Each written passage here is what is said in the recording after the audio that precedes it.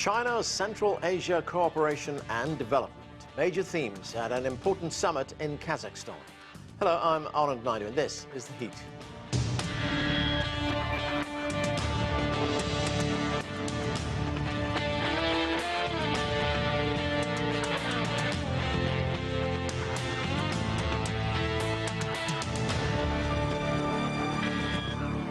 The second China Central Asia Summit is taking place in the Kazakh capital Astana. Chinese President Xi Jinping is attending and has addressed the gathering. He's also meeting with leaders of all 5 Central Asian nations: Kazakhstan, Kyrgyzstan, Tajikistan, Turkmenistan, and Uzbekistan. Economic development and security are 2 of the major issues on the agenda. We begin with this report.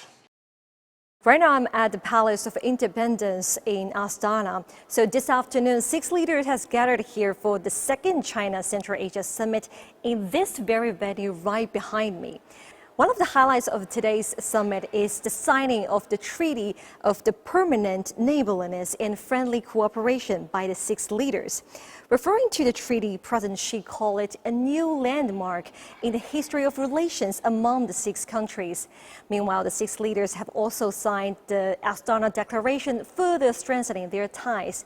And alongside these, 12 documents have also been announced for cooperation. These spanning areas including the Belt and Road Initiative, the personnel exchanges, trade, connectivity, and custom.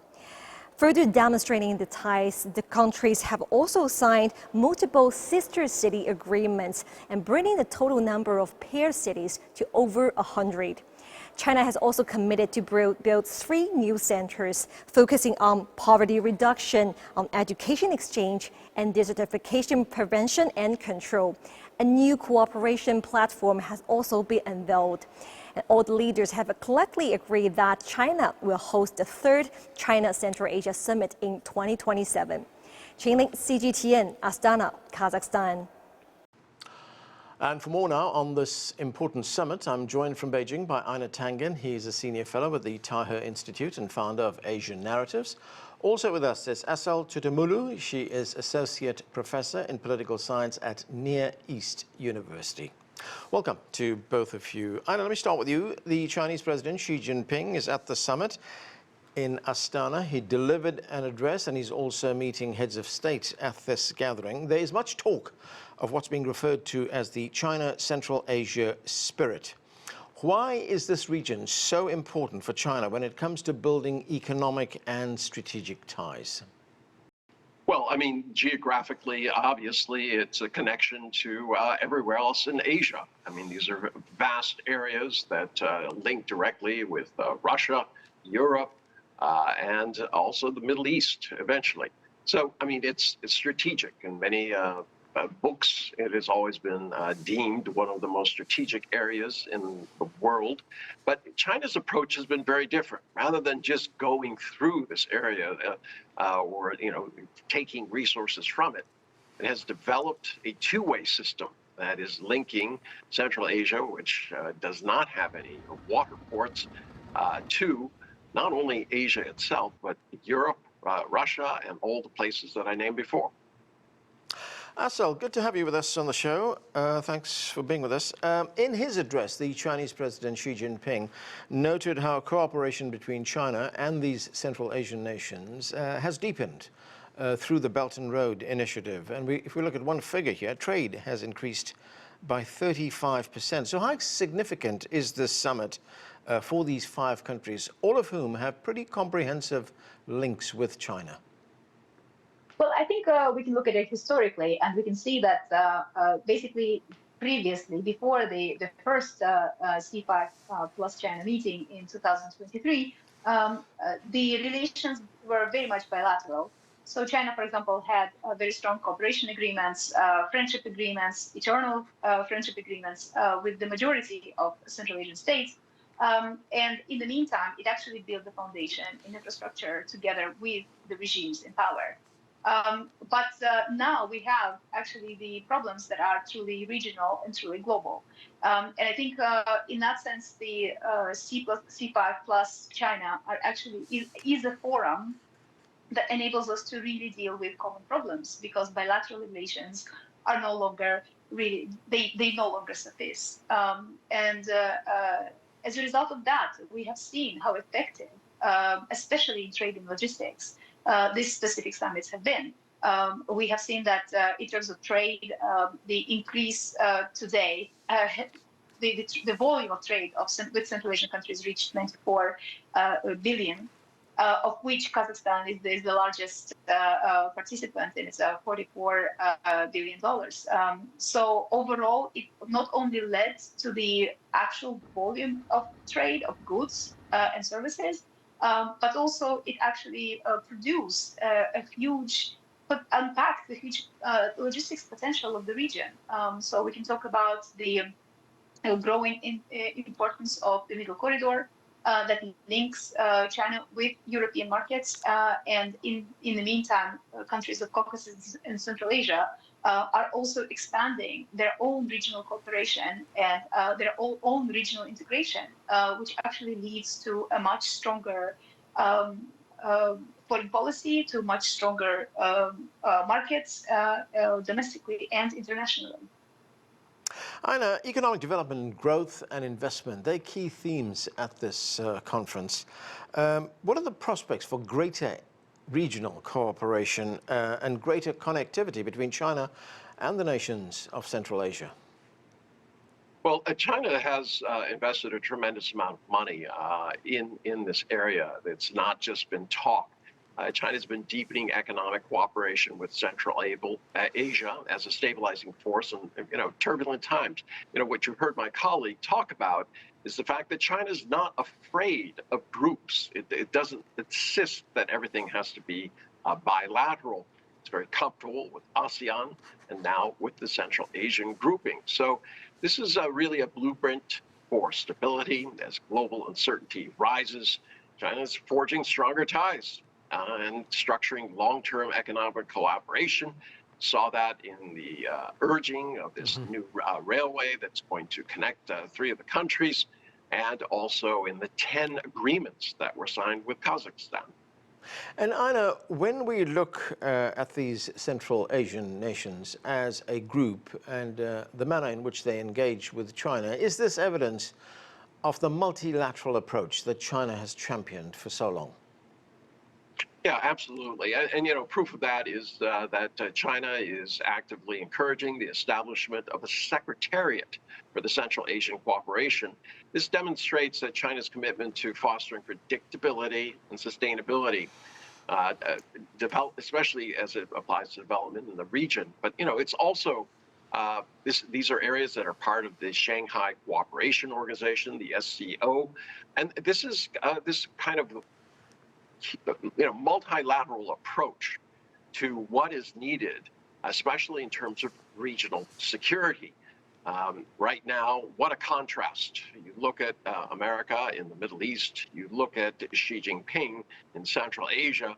I don't think you could get further apart in terms of building versus destroying. Yeah, I want to talk about the security framework that was also addressed at the summit. But first, Assel, how important is the Belt and Road Initiative for these Central Asian nations, and how does it help them develop their economies and, of course, foster growth? The beauty, I think, of the Belt and Road Initiative is that it's a win-win cooperation.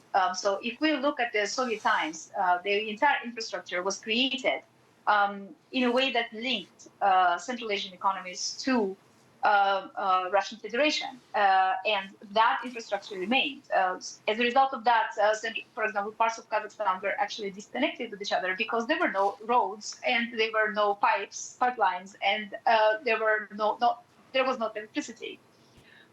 With the Belt and Road, the beauty of that cooperation is that the Chinese government and Kazakhstani government, for example, and other Central Asian states, they come together and they say, okay, so what are your priorities? So researchers in Kazakhstani institutions, for example, have already shown that a lot of Belt and Road initiatives were part of the national program called Nurly Zhol, which actually enabled government of Kazakhstan to foster its own domestic priorities so that infrastructure is not in the interest of just, for example, specific interest groups that are related to trade or extractive industries, but that it actually has a very strong social component, linking different regions together and ensuring the facilitation of trade, movement of people, goods and services as well.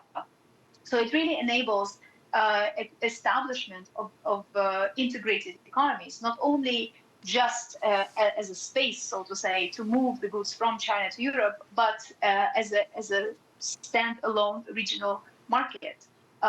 So in that sense, it's been really beneficial for the region in general. And I want to get back to what you just touched on a moment ago, and that's security issues. The Central Asian countries are, of course, China's neighbors, and this summit is taking place as the crisis between Iran and Israel escalates, and we know what's been taking place in Gaza over the past few years. Now, Iran shares a border with Turkmenistan. President Xi has talked about a framework for peace and stepping up regional security. How important are these issues for China and these Central Asian countries? How do they work together to ensure that the region is secure? Well, obviously, this is about trade, trust, and growth. What China is offering and has demonstrated over the last 11 years, especially with the Belt and Road Initiative, as my colleague was mentioning, is that China is step by step trying to encourage development in the idea that it will create growth and also trust. And that's absolutely essential, especially when it comes to areas like Iran and Israel. Unless there is some positive opportunity for both to have a win-win situation, you're going to be stuck in the situation we're in now, where distrust, no trade, no growth is the norm. So China's vision for Central Asia approach is driven by not by militarization or ideological divides. It's emphasizing economic pragmatism. So, creating these energy corridors, digital infrastructure, cross-border trade agreements, the willingness to share in the development of new technology. Very, very different from what has been offered by the United States and Europe. And they hope that this will give, especially areas that are, stricken by discord, an opportunity to see a different future.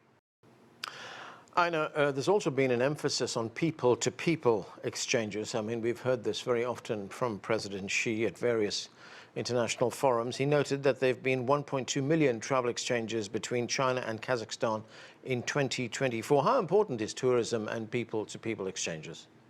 Well, obviously, tourism is an economic driver, but far and beyond that is this the reality that if you're going to live in a multipolar world, you have to understand each other. If you're going to expand trade, you have to know what these markets want and who these people are. The fact is that China doesn't know as much as it probably should about other countries, even those bordering it. Take, for instance, India. But China's changing that. And what they're doing is they want to listen to other people's stories so that they can tell their story more effectively. And this is extremely important at a time when many countries believe that the key is not that they understand you, but that you understand what they want and you give it to them. Assel, one final point. What are your expectations for this summit and how the relationships move forward? Well, I'm definitely expecting a much more expanded trade and logistical hubs. We have already seen very strong Chinese assistance with several key points within the Middle Corridor, and that is also reflected in the types of agreements that are signed, particularly in digital cooperation, in customs. We have also seen the potential growth in green energy and energy transition, which is going to be really important for the region, taking into consideration that we do have 3 countries that are heavily dependent on fossil fuels. in terms of exports. And we have the other two countries that do have the hydropower, but also dependent on fossil fuels in the winter. So this specific modernization and common vision for industrial development is something that is interesting to not only Central Asian countries, but also to China, because it actually has the technologies to share. And we will probably see a lot more investments in very specific industries. We've already seen the BYD plant in Uzbekistan, and many more to come. We also will probably see a much stronger attempt to integrate the economies of Afghanistan as well, where China is the biggest investor, to further develop the trade routes, logistics, and ensure that more goods will actually travel from China to Europe and to Central Asia and Caucasus. Okay, and that is where we have to leave it. Thanks to both of you for being with us. And as we continue our discussion now, I'm joined from New York by Liang. She is Chair Professor in Economics at Willamette University in Oregon. And joining us too is Anton Fedyashin. He is a Professor of History at American University. Welcome to both of you. Liang, let me start with you. In his address, President Xi noted areas of cooperation between China and these Central Asian nations. Areas of cooperation like industrial investment and green mining. And we also know that more Chinese new energy vehicles are now entering the market in Central Asia. What is your assessment of two-way trade? Right. So I think the two parts have really vibrant trade relationships. In 2024, the two-way trade reached $94.8 billion. And that basically doubled what they had back in 2013 when the BRI was launched. And so I think that is due to two major reasons. One is that the two sides have really complementary economic structures. China is able to export a lot of machineries, electronics products, whereas Central Asian countries, they're able to export a lot of energies, minerals, agricultural products to China. So it's very mutually beneficial trading relationships. And second is, as I mentioned earlier about the BRI project, I think that really helped to improve the transportation and logistics infrastructure between the two sides. And so that really helped to facilitate trade. For example, the China-EU frame trade, and that really helped to transport a lot of products between, the two sides. So I think, there are a lot of opportunities between the two sides in terms of the market opportunities, in terms of trade, investments, and as you also mentioned earlier, industrial development, green mining, technological cooperations, and people-to-people exchanges, and so on and so forth. So I think, the trade relationship is going to continue strong, and there will be also improvements in terms of the trade structures and balances. Liang, China, of course, is very closely involved in infrastructure development in these countries. It is close to completing Astana's first light railway system, and it has constructed the China-Tajikistan highway. How important is this for the region, and how involved is China? How involved will China be in the future in infrastructure development? So yes, I think infrastructure is very important. As I mentioned earlier, the reason that we have seen that trade grow so significantly between the two sides and also between China and other parts of the world is because all this infrastructure connectivity really helped to facilitate trade. And also I think among the regions, as all these countries also have their own complementary economic structures. For example, some countries are very rich in net energies and others are very rich in agricultural products. I think building this connection also help to facilitate the inter-regional trade. So I think infrastructure is very important, and China definitely has the infrastructure, expertise, not only building highways, but also railways, the $6 billion project connecting China, Kyrgyzstan, and also Uzbekistan. And I think, all these, infrastructure connections will continue to roll out and will help to connect the countries together and with China as well. And also through the connections between, China, Central Asia, all the way to, other parts of Asia, Middle East, and also Europe. So I think, this is very important as China sees infrastructure as an integral part of the global trading network. And I think this is important also in the sense that, China sees trade as a very vital, I think, sort of a means to growth. And so I think this time around, both sides have signed 35 memorandums and with all kinds of agreements that's worth $17 billion in terms of the contract values. And they will also streamline trade in terms of lowering tariffs and also remove some of the non-tariff trade barriers. And I think that is just in a very stark contrast with the United States, which imposed 27% tariff rate on Kazakhstan initially, and now at the pause, but also 10% universal tariffs on all the other Central Asian 4 countries, and now the pause. And so again, I think this is very important for China to build infrastructure as a way for a mutual cooperation and win-win cooperation. Anton, as these countries of Central Asia build out their future, I mean, how does engagement with China as well as with Russia underline the fact that countries in this part of the world now have much greater and more economic options than they did in the past? It's a huge difference, Anna. First of all, a lot of materials that have been sanctioned by the West are coming into Russia through Kazakhstan specifically, since that's the only long border that Russia has with a Central Asian state. And so the Kazakhstan's economy has profited enormously from the Western imposed sanctions, but that is also the silver lining for Kazakhstan is not just the profits from the sales to Russia from the imports, but it also means that there are links running through Central Asia that are being established with the northern neighbor, and those links will remain even if the sanctions are lifted at some point in the future. And this simply works to integrate Central Asia into the Eurasian economy, from China all the way to Russia, and then from South Asia into Russia, and also from Europe into Russia, and of course vice versa, from Russia into the rest of Eurasia. So, one of the ironies of the Western policy towards Russia, the attempt to isolate it, is that it is helping Central Asia to integrate into the Eurasian and ultimately into the global economy at a much faster pace than it would have happened naturally, which would have been inevitable anyway, but this has really been a catalyst and a boost.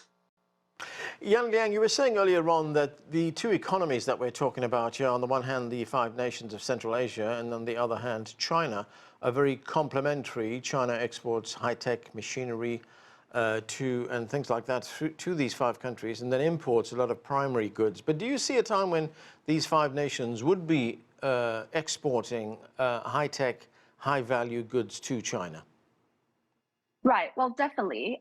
Again, I think many of these Central Asia countries, they have very rich resources. And so the question here is how to really improve the value added of the products that they export.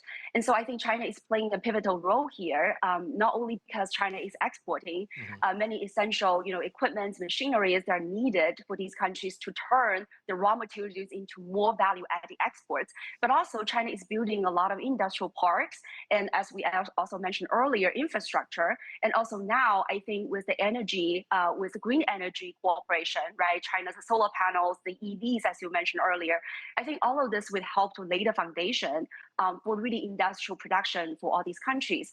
I think all countries really wanted to industrialize, but at the same time, they're lacking some of the very basic foundations like utilities, power, infrastructure, and the technological know-how. So I think China is playing a role here to help these countries to be able to build this infrastructure. And China is also building Luban, workshops and other cultural centers and also educational centers, the training facilities in these countries. And I think all of these are very important. So, the industrial parks, as I just earlier mentioned, I think those are really would be the breeding ground for a lot of this industrial production to take off. So I do see that, these countries, although they're now running some sort of deficits with China, but definitely they're able to use the opportunity to boost their own, industrial capacity and to be able to grow and, to build a value chain. Utilizing their really precious, resources, rare earth minerals and other energies to really take advantage of that kind of cooperation with China to build their own industrial strengths. And just one quick point, Liang. How deeply is China involved in the green energy transition in Central Asia? Well, as you earlier mentioned, right, BYD cars are very popular, for example, in Uzbekistan, and also, solar panels, through the exports, these green energy facilities are able to help to, build that kind of green energy infrastructure in these Central Asian countries. And again, I think, with China providing some of these very essential materials, but also transfer technological know-how and help these countries to build their own, energy sources, diversify energy sources, even though they are traditional energy rich, in terms of fossil fuels. But I think all countries, understand the reality in terms of the importance of green transition.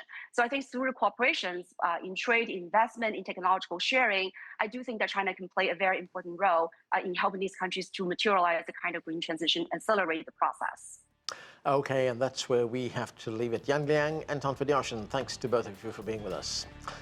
And that's it for this edition of The Heat. I'm Anand Naidu in Washington.